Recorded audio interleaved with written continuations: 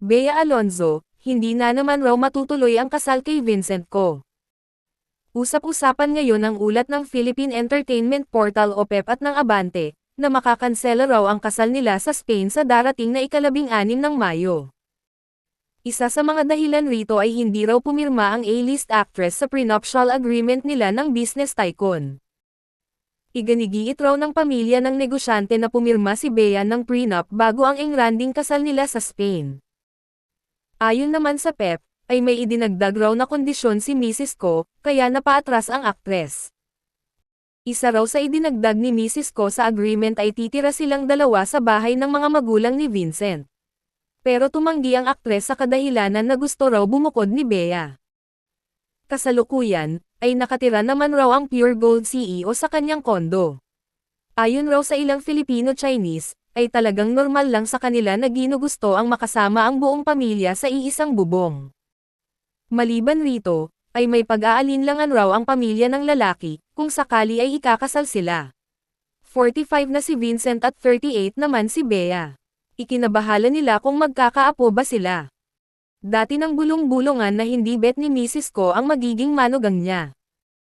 Sa kadahilanan na hindi Chinese si Bea. At bukod riyan, hindi raw gusto ng mga magulang ni Vincent na isang showbiz personality ang mapapangasawa ng nag-iisa nilang anak. Lalo na't malapit sa kontrobersya ang buhay showbiz, at nasa negosyo naman ang kanilang pamilya. Nagtaka rin ang publiko kung bakit may drama series si Bea, at nagsimula na ang taping ng Whispers from Heaven, kung totoong tuloy nga ang nalalapit nilang kasal. Pero kumalat ang wedding banns nila noong March 8, sa St. Peter the Apostle Parish kaya nakumpirma na tuloy nga ang kasal. Binalita rin ng ilang entertainment news outlets na ikinasal na sina Bea at Vincent dito sa Pilipinas noong April 24, sa isang private ceremony. Kaya inakala ng mga netizens na smooth sailing ang wedding ng mga high-profile personalities. Pero muling may blind item na lumabas na isang high-profile na kasalan ang hindi matutuloy. Agad naghinala ang mga netizens na sina Bea at Vincent ang tinutukoy rito. At ngayon ayon sa ulat ng PEP, may mga prominent figures na mga bisita ang kinumpirma na kinansela nila ang kanilang flights patungong Spain.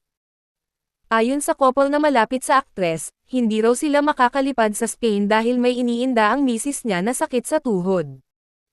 Isang box office superstar na bisita ang kinumpirma na hindi matutuloy ang kanyang flight sa Espanya at walang sinabing dahilan.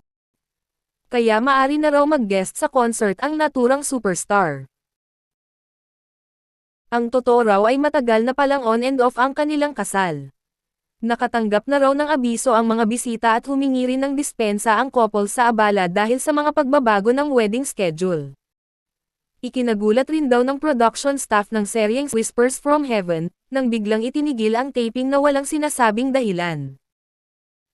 Wala ding makapagsasabi kung kailan itutuloy ang taping. Maraming taga-showbiz ang naawa sa sitwasyon ng aktres. Marami din ang manghihinayang kung sakaling hindi na matutuloy ang pinakaabangang engranding wedding of the year. Marami ang umaasa lalo na ang mga tagahanga ni Bea, na ipaglalaban ni Vincent ang pagmamahalan nila. Lalo na't dati pa raw gusto ng negosyante si Bea. May mga nagsasabi rin na back to you raw si Bea. Ngayon, alam na raw ng aktres ang naramdaman ni Dominic Roque. At lagi na lang raw nauudlot ang kasal niya.